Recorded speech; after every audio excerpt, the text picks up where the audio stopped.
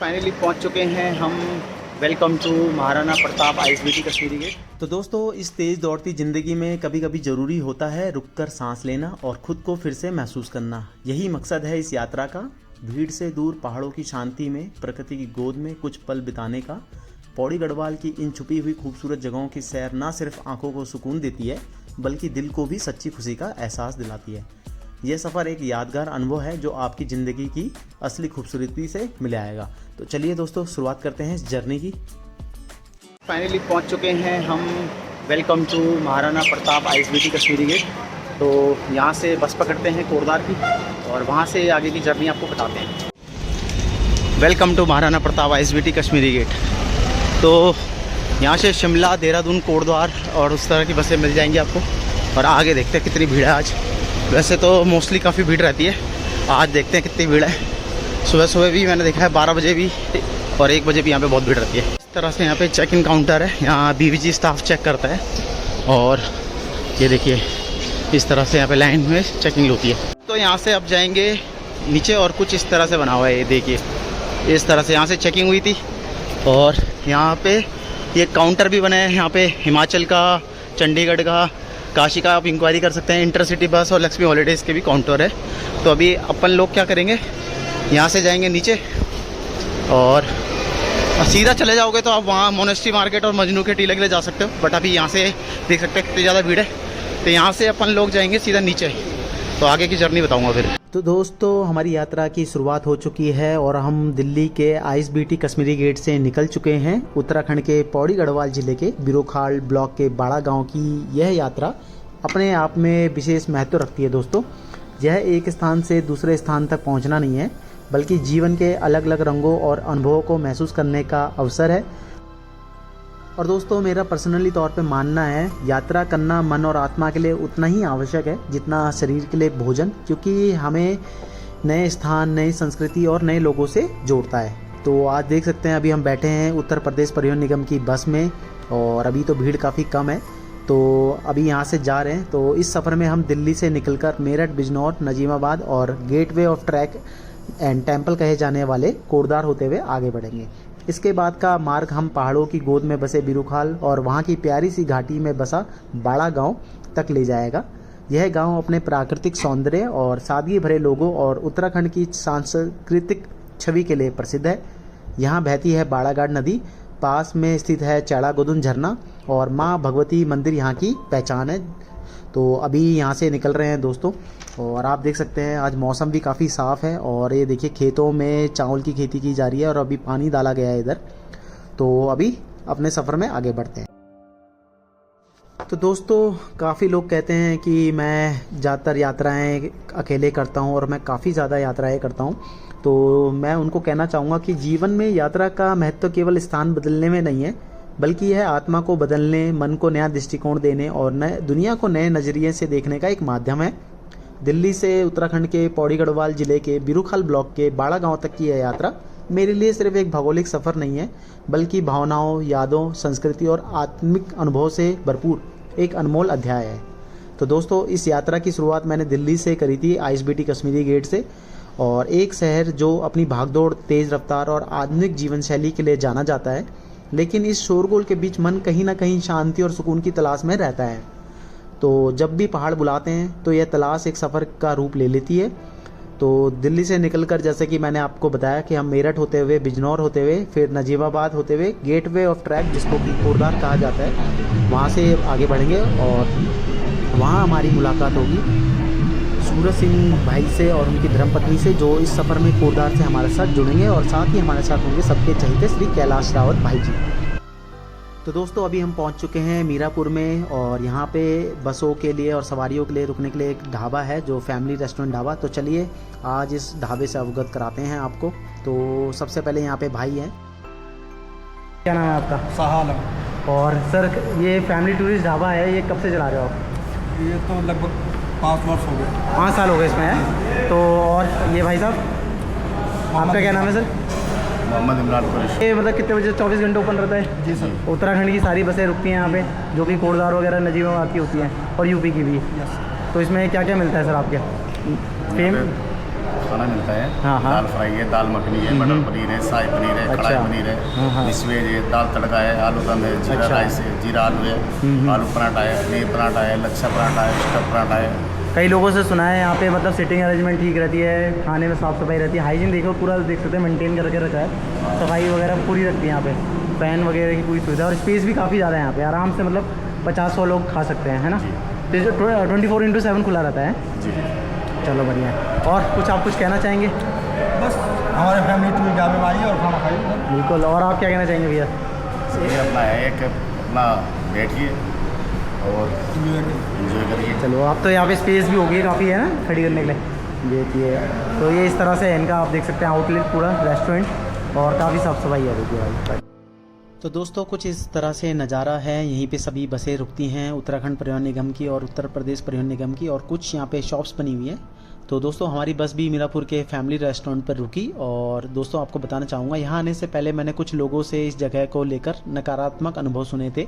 इन बातों को ध्यान में रखते हुए जब मैं यहाँ पहुँचा तो मन में थोड़ी शंका थी, लेकिन मेरा वास्तविक अनुभव उन सभी धारणाओं से बिल्कुल अलग और काफ़ी अच्छा निकला। यहाँ बैठने के लिए पर्याप्त और आरामदायक व्यवस्था मौजूद थी, जिससे लंबी यात्रा के दौरान आराम मिल सका मुझे, और मोबाइल चार्जिंग की सुविधा भी उपलब्ध थी, जो सफ़र के दौरान एक ज़रूरी सुविधा है। साफ़ सफाई को विशेष ध्यान रखा गया था, जिससे माहौल और सुखद और ताजगी भरा महसूस हुआ। इसके अलावा स्टाफ का व्यवहार भी सौहार्दपूर्ण और मददगार था, जिसने पूरे अनुभव को और बेहतर बना दिया। तो दोस्तों मेरा मानना है कि किसी भी स्थान के बारे में राय बनाने से पहले हमें खुद वहाँ का अनुभव लेना चाहिए, क्योंकि हर व्यक्ति का दृष्टिकोण और अनुभव अलग हो सकता है। और मेरा तो यह मानना है कि किसी भी स्थान के बारे में राय बनाने से पहले हमें खुद वहाँ का अनुभव कर लेना चाहिए, क्योंकि हर व्यक्ति का दृष्टिकोण और अनुभव अलग हो सकता है। और मीरापुर के इस फैमिली रेस्टोरेंट में मेरा अनुभव निश्चित रूप से सकारात्मक और यादगार रहा, जो मेरी इस यात्रा का एक अच्छा हिस्सा बन गया। तो दोस्तों फाइनली हम कोटद्वार से आगे निकल चुके हैं, और थोड़ी ही देर बाद हम दुगड्डा पहुंच जाएंगे। कोटद्वार के बारे में आपको दोस्तों बताना चाहूँगा। कोटद्वार जो गढ़वाल का प्रवेश द्वार है, अपने आप में खास है। यहाँ पहुँचते ही महसूस होता है कि आप शहर की भीड़ से दूर पहाड़ों की गोद में कदम रख चुके हैं। यहाँ का प्रसिद्ध सिद्धि बली हनुमान जी मंदिर इस यात्रा का पहला बड़ा ठहराव है, और गंगा किनारे स्थित यह मंदिर न सिर्फ भक्ति का केंद्र है, बल्कि यहाँ की आस्था, लोगों की भीड़ और मंदिर की शांति मन को भीतर तक छू लेती है। तो कोटद्वार से आगे बढ़ते हुए हम बिरुखाल ब्लॉक की ओर चलते हैं। तो दोस्तों रास्ते में ऊंचे ऊंचे देवदार और चीड़ के पेड़, दूर दूर तक फैली हरी भरी घाटियाँ और पहाड़ों से गिरते छोटे बड़े झरने मन को मंत्रमुग्ध कर देते हैं। तो दोस्तों धीरे धीरे अपनी जर्नी आगे बढ़ रही है, और आप देख सकते हैं ये रास्ते कितने सुंदर हैं। और कभी कभार तो ऐसा लगता है मंजिल से ज़्यादा और जो मज़ा है वो रास्तों में ही है, क्योंकि रास्ते इतने खूबसूरत हैं दोस्तों। तो दूर दूर तक फैली ये हरी भरी घाटियाँ जो सुकून देती हैं, सीरियसली शब्द नहीं है मेरे पास कहने के लिए। और यह रास्ता केवल एक भौगोलिक दूरी तय नहीं करता, बल्कि हमें धीरे धीरे प्रकृति के और करीब ले आता है। तो दोस्तों अभी देख सकते हैं धीरे धीरे हल्के हल्के यहाँ पे बूंदाबांदी भी स्टार्ट हो गई है, और बरसात के मौसम में आप ट्रैवल करते हो तो आपको कुछ इस तरह से पूरी हरियाली देखने को मिलती है। तो दोस्तों आपको बताना चाहूँगा यात्रा का महत्व केवल एक जगह से दूसरी जगह जाने में नहीं है, बल्कि यह हमारे जीवन की दिशा बदलने में भी है। यात्रा हमें नए अनुभव, नई सोच और नई ऊर्जा देती है।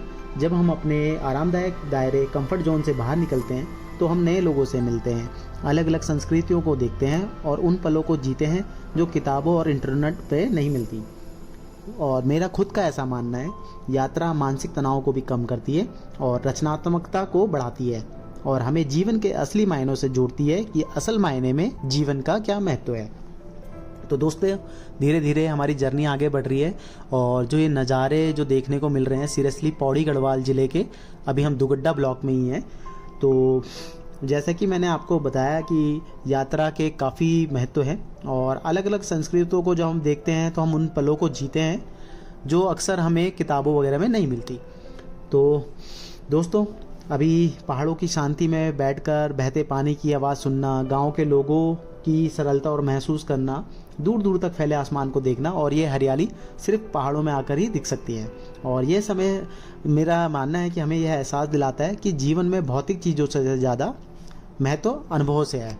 तो अभी हमारे साथ दोस्तों मौजूद हैं सबके चहेते श्री कैलाश रावत भाई जी, जो मेलाकांडा गांव के रहने वाले हैं और बाड़ा गांव में लगभग सभी उन्हें जानते हैं। और ये हैं श्री सूरज सिंह जी, जो बचपन के मेरे प्रिय मित्र हैं और आज इनकी धर्मपत्नी भी साथ में है। इन दोस्तों और परिवार जैसे साथियों की मौजूदगी इस सफ़र को एक सामाजिक और भावनात्मक रंग देती है। तो अभी सूरज भाई और उनकी धर्मपत्नी बैठी हुई हैं, तो मज़ा आ रहा है सफ़र में? अच्छा, उल्टी तो नहीं हो रही ना? नहीं। चलो बढ़िया है, सफर के नज़ारों के साथ। और ये देखिए व्यू, अब चाट हो रहा है बस। ये देखो क्या नज़ारे हैं, ऐसे लग रहा है हमारे साथ ये पेड़ भी सफ़र कर रहे हैं। और कहते हैं सुकून तो सिर्फ पहाड़ों में, शहरों की भीड़ भाड़ में कहाँ, है ना? तो और दोस्तों मेरा अपना खुद का मानना है कि ज़िंदगी के 40 बरस भी आप कैसे जिए हैं ये मायने रखता है, ना कि आप 60 साल या 80 साल या 100 बरस जियो। ज़िंदगी के कुछ वर्ष भी आप कैसे जीते हैं और कितना एंजॉय करते हैं अपनी ज़िंदगी को, ये मायने रखता है। तो जब भी मौका मिले आपको ट्रैवल करिए। ज़रूरी नहीं है कि आप पहाड़ों पर ही ट्रैवल करें, अलग अलग जगह ट्रैवल करिए जहां आपको सुकून मिलता है। और दोस्तों आपको हर जर्नी कुछ ना कुछ नया अनुभव देगी। और मेरा खुद का मानना है जो जर्नी में जो चुनौतियों का सामना करना पड़ता है वो हमें एक यादगार अनुभव देती है और वही चीज़ें हमें लाइफ टाइम एक तरह से कह सकते हैं गोल्डन मेमोरीज की तरह याद रहती हैं। फिलहाल आगे उत्तराखंड रोडवेज परिवहन निगम की बस चल रही है और मौसम देखिए क्या ही बहुत ही बेहतरीन है। तो अभी यहाँ से आपको बताना चाहूँगा लैंसडाउन 4 किलोमीटर, ताड़केश्वर मंदिर है 33 किलोमीटर। तो अभी हमारा प्लान बना है सभी दोस्तों का कि हम यहाँ से ताड़केश्वर महादेव मंदिर जाएंगे, तो उसके बारे में भी आपको पूरी डिटेल में बताता हूँ। तो दोस्तों रिखणीखाल ब्लॉक के पास स्थित ताड़केश्वर महादेव मंदिर भक्तों के लिए एक आस्था, शांति और आध्यात्मिक ऊर्जा का अद्भुत केंद्र है। यह मंदिर भगवान शिव को समर्पित है और अपनी प्राकृतिक खूबसूरती, शांत वातावरण और पवित्रता के लिए विशेष रूप से प्रसिद्ध है। कहा जाता है कि यहाँ दर्शन करने से मनोकामनाएं पूर्ण होती हैं और जीवन में सकारात्मकता ऊर्जा का संचार होता है। तो दोस्तों आपको इस मंदिर की खासियत के बारे में बताना चाहूँ तो इस मंदिर की सबसे बड़ी विशेषता इसका प्राकृतिक वातावरण है। चारों ओर घने देवदार और चीड़ के जंगल, ठंडी व शुद्ध हवा और दूर दूर तक फैली हरियाली मन और आत्मा को जो सुकून और शांति देती है उसको शब्दों में बयां करना बहुत मुश्किल है। मंदिर परिसर बेहद साफ सुथरा और व्यवस्थित है, जहां घंटों बैठकर ध्यान लगाने का मन करता है। यहाँ की आध्यात्मिक ऊर्जा इतनी गहरी है कि एक बार आने के बाद व्यक्ति बार बार लौटने का मन करता है। मंदिर का रास्ते के बारे में अगर आपको बताऊं, रिखणीखाल से ताड़केश्वर महादेव की दूरी लगभग 30 से 40 किलोमीटर की है और रास्ता पहाड़ी होने के बावजूद काफ़ी सुंदर और हरा भरा है। कोटद्वार से लगभग दूरी 38 से 40 किलोमीटर है, जबकि दिल्ली से यहाँ तक की दूरी 250 किलोमीटर है। सड़क ज़्यादातर अच्छी है, लेकिन कुछ जगह संकरी पहाड़ी सड़कें हैं जो सफ़र को रोमांचक बनाती है। मंदिर के आपको इतिहास के बारे में बताऊं तो मान्यता है कि भगवान शिव ने यहाँ पे तपस्या की थी और इस स्थान का नाम संत ताड़केश्वर के नाम पर पड़ा। पौराणिक कथाओं के अनुसार यहाँ की भूमि पर हजारों वर्षों से शिव भक्ति का वास है और यहाँ का जल व वातावरण पवित्र माना जाता है। तो दोस्तों आपको बताना चाहूँगा शिवरात्रि और सावन के महीने में यहाँ भक्तों का तांता लगा रहता है। शहर के अगर आप शोर शराबे से दूर एकदम शांत और सुकून भरा वातावरण चाहते हैं तो आप यहाँ आ सकते हैं। आध्यात्मिक शांति और मानसिक सुकून के लिए यह एक आदर्श स्थान माना जाता है और प्राकृतिक खूबसूरती और ताजगी भरी हवा। शिकायत थी विक्की से, ये ब्लॉग बनाता है तो पूरा रास्ते पर रोड ही दिखाता रहता है, अपना फेस नहीं दिखाता, चीजों के बारे में नहीं दिखाता। दो खूबसूरत चेहरे दिख तो रहे हैं यहाँ पे, बट वो पूरा रोड दिखाता रहता है। तो सबसे पहले मैं सूरज भाई और सभी प्यारे दर्शकों को थैंक्स कहना चाहूँगा और आपका फीडबैक मेरे लिए बहुत कीमती है। सच कहूँ तो दोस्तों जब मैं सफ़र करता हूँ तो मेरी नज़र अक्सर उन सड़कों और पहाड़ों और पेड़ों और आसमान पर ठहर जाती है, क्योंकि वही मेरी यात्रा की असली कहानी बयां करते हैं। और मैं चाहता हूं कि आप मेरी सिर्फ यात्रा को ना देखें बल्कि उसमें उसे महसूस भी करें और उस हवा को, उस शांति को, उस खूबसूरती को महसूस करें। तो आगे से मैं पूरी कोशिश करूंगा और आपकी बात से मैं बिल्कुल सहमत हूं कि चेहरा भी ज़्यादा दिखना चाहिए, क्योंकि आप मुझसे जुड़ना चाहते हैं। तो आगे से मैं पूरी कोशिश करूंगा कि खूबसूरती के साथ साथ आप मेरा चेहरा भी देखें, दोनों आपको साथ मिले ताकि कहानी भी पूरी हो और एहसास भी हो, क्योंकि ये सफ़र मेरा नहीं हम सबका है। दोस्तों सबसे आगे चल रहे हैं कैलाश भाई, फिर सूरज भाई, फिर भाभी। तो इस तरह से और अब चढ़ाई चलनी है हल्की सी। कैसा रहा आपका अनुभव? फर्स्ट टाइम आई आप? बहुत अच्छा लगा मंदिर। हाँ, बहुत सुकून है यहाँ अच्छा, शांति है। अगर आप शांति प्रिय लोग हो तो यहाँ पे आना वर्थ इट है। क्यों? और महादेव के भक्त है तो फिर तो आ ही सकते हैं, क्योंकि भगवान के लिए तो के दर पे सबके लिए द्वार खुले रहते हैं। क्यों सर? सही बात है। तो ऊपर चल रहे हैं, इस तरह से हरियाली है। वाह।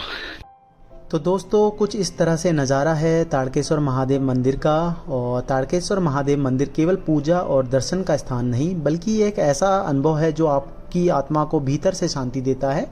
यहाँ आने से आप खुद को प्रकृति और भगवान दोनों के करीब महसूस करते हैं। यह यात्रा केवल आध्यात्मिक दृष्टि से नहीं, बल्कि मानसिक और भावनात्मक दृष्टि से भी आपको समृद्ध कर देती है। इसलिए जीवन में कम से कम एक बार इस पवित्र धाम के दर्शन आपको ज़रूर करने चाहिए। तो ऐसा मेरा मत है। यहाँ पे आप देख सकते हैं इस तरह से विशेष घंटियाँ लगाई गई हैं और उनकी जो ध्वनि सुनाई देती है सीरियसली मंत्रमुग्ध कर देती है। और यहाँ का जो शांत वातावरण है सीरियसली दिल को बहुत सुकून देता है। तो दोस्तों अब यहाँ से जा रहे हैं ताड़केश्वर मंदिर से वापस अपने गांव की ओर अग्रसर करेंगे। और बहुत ही अच्छा अनुभव था और शब्दों में बयां करना इस अनुभव को सीरियसली बहुत मुश्किल है और हम सब इसको मिस करने वाले हैं। दोस्तों ज़्यादातर लोग कहते हैं मैं अधिकतर जो सोलो ट्रैवलिंग करता हूँ वह क्यों करता हूँ। मेरा इस बारे में मत है कि सोलो ट्रैवलिंग जब भी मैं करता हूँ इसका सबसे बड़ा कारण ये है कि अपनी स्वतंत्रता और आत्मनिर्भरता। जब आप अकेले सफ़र करते हैं तो आप अपने फैसले खुद लेते हैं, कब चलना है, कहाँ रुकना है, किस जगह को ज़्यादा समय देना है और किसे छोड़ देना है। इसमें किसी और की पसंद का ख्याल रखने की ज़रूरत नहीं होती, जिससे यात्रा पूरी तरह आपकी होती है। और सोलो ट्रैवलिंग आत्म खोज का एक माध्यम है। इसमें आप अपने विचारों के साथ समय बिताते हैं, अपनी सीमाओं को परखते हैं और ख़ुद को बेहतर समझते हैं। पहाड़ों में अकेले घूमना दोस्तों, अजनबी जगह पर खुद के बल पर रास्ता ढूंढना, ये सब आत्मविश्वास बढ़ाने वाले अनुभव है। लेकिन इसके साथ जोखिम भी होते हैं। अकेले होने के कारण सुरक्षा की जिम्मेदारी पूरी तरह से आपकी खुद की होती है। अगर रास्ते में कोई समस्या आ जाए तो मदद पाने में वक्त लग सकता है। इसके अलावा कभी कभी अकेलापन का एहसास भी हो सकता है। और मेरा जो मानना है कि अगर आप अपने दोस्तों के या परिवारजनों के साथ यात्रा करते हैं तो इसमें खुशियों को साझा करने, मजाक मस्ती करने और साथ में यादें कलेक्ट करने का अवसर मिलता है। सफ़र में बातचीत, एक दूसरे को चढ़ाना, रास्ते में साथ बैठकर चाय पीना, ये सब लम्हे यात्रा को कह सकते हैं यादगार बना देते हैं। और समूह में यात्रा करने का एक और बड़ा फ़ायदा ये है कि मुश्किल समय में मदद तुरंत मिल जाती है, खर्चों को बांटा जा सकता है और सफ़र में सुरक्षा की भावना बढ़ जाती है। हालांकि इसमें चुनौतियाँ भी होती हैं। अलग अलग लोगों की पसंद नापसंद, यात्रा की गति और रुकने के चलने का समय सहमति बनाने में काफ़ी मुश्किल हो सकती है। दोस्तों अभी मौजूद है सिसई में और इस तरह से यहाँ से है, ये देखिए। तो दोस्तों अब जस्ट गांव पहुंचने ही वाले हैं और पहाड़ों के बीच अचानक से कस्तूरी मृग नज़र आया है। आप देख सकते हैं पहाड़ी सफ़र का यही तो अलग मज़ा है, जहां ना जाने कब और कहां किस रूप में प्रकृति अपने अनमोल खजाने से हमें चौंका देती है। पहाड़ों की शांत वादियों में तरह तरह के जीव जंतु मिलते हैं। इन्हें देखना अपने आप में एक अनोखा अनुभव होता है। कुछ लोग इस हिरण की प्रजाति को पहाड़ी काकड़ भी कहते हैं। इसे देखना ऐसा लगता है जैसे प्रकृति ने हमें एक खास तोहफा दे दिया है। सफ़र के दौरान ऐसे पल न सिर्फ यादगार बन जाते हैं, बल्कि हमें यह भी एहसास कराते हैं कि इन वादियों की असली खूबसूरती सिर्फ नज़ारों में नहीं, बल्कि यहाँ के जीव जंतुओं की जीवंतता में भी छुपी हुई है। सच में ये पल ज़िंदगी भर याद रहने वाले हैं दोस्तों। हमारे गांव में ये दादियाँ आ रखी हैं दो, ये लैंगल की हैं, वो डंगू की हैं, बुढ़ी बुआ बोल सकते हैं इनको। और ये तो दोस्तों इस ब्लॉग का करते हैं यहीं पे समापन। मेरा प्रयास हमेशा यही रहेगा कि मैं आपको सिर्फ जगह ना दिखाऊं, बल्कि उनका दिल भी महसूस कराऊं। आने वाले हर ब्लॉग्स में हम साथ मिलकर उत्तराखंड के रंग, उसकी संस्कृति, उसकी खूबसूरती और उसकी खुशबू को अपनी आत्मा से महसूस करेंगे। जुड़े रहिए क्योंकि सफ़र अभी बहुत लंबा और खूबसूरत है। और अगर आपको मेरा यह ब्लॉग अच्छा लगा तो please like, share, comment and channel पर नए हैं तो सब्सक्राइब करना ना भूलें। तब तक खुश रहिए, मुस्कुराते रहिए जीवन में अपने और सुरक्षित रहिए। जय बाबा केदार, जय बद्री विशाल, जय माँ नंदा देवी।